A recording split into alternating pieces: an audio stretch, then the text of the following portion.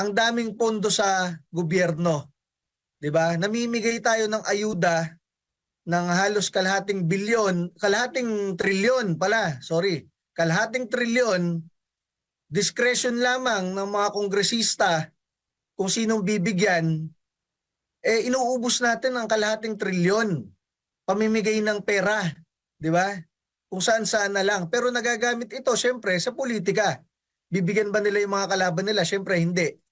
In anticipation ba to sa election? Siyempre oo.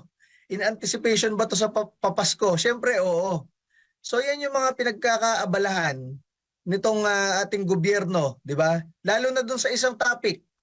Ang sabi ng ating Vice President Sara Duterte, balita ako, may intelligence report na ako ay gustong ipapatay. Kaya pag ako ay pinapatay, meron na akong kinausap para pumatay rin, 'di ba? Mm.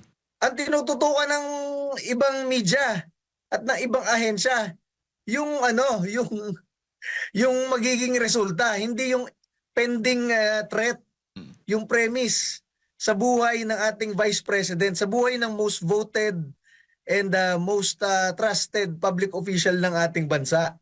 Lahat, pati yung NBI, pati yung DOJ, pati yung Kongreso, pati yung Senado, pati ang Malacanang, pati ang NSC, ang tinututukan yung sinasabi ng pangalawang pangulo natin pag siya ay pinatay na.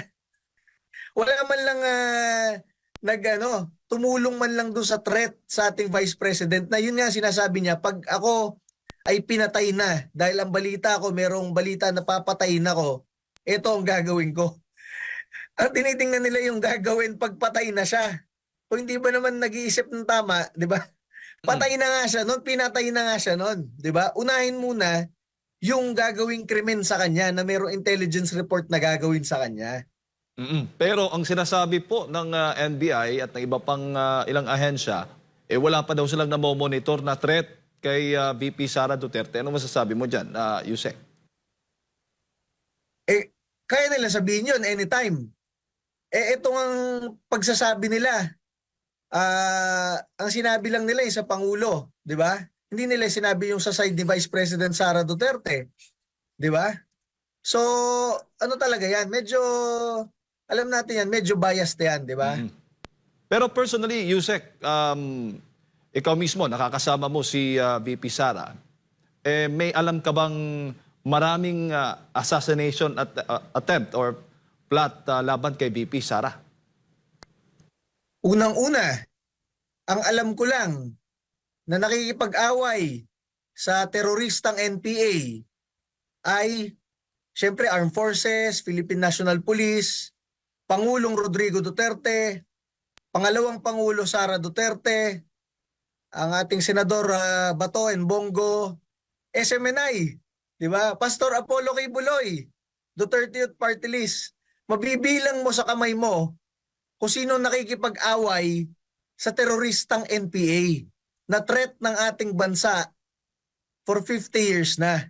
So doon pa lamang, kung ikaw ang nakikipag-away sa teroristang NPA, syempre kayo ay malalakas sa gobyerno, kita ng taong bayan na kayo ang leader ng sambayan ng Pilipino paglaban sa NPA.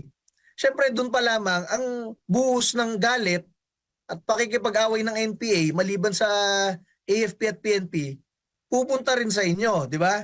Pupunta kay Pangulong Duterte, kay Vice President Sara Duterte, sa SMNI, kay Pastor Apollo Kibuloy, sa Duterte Youth Party List. Kakaunti lang tayong nakikipag-away sa teroristang NPA . Karamihan naman ng kongresista, tahimik sa issue na yan. Walang nagsasalita. Karamihan naman ng senador, maliban kay na Senador Bongo at Bato, tahimik sa issue na yan. Karamihan naman sa Malacanang, tahimik. Gusto nga magpisto kahit patay na si Joma . So yun pa lang doon, threat sa buong bansa, national security threat ang NPA, teroristang NPA, tayo-tayo lang ang nakikipag-away. So doon pa lang sa unang punto na yon, syempre tayo ang nasa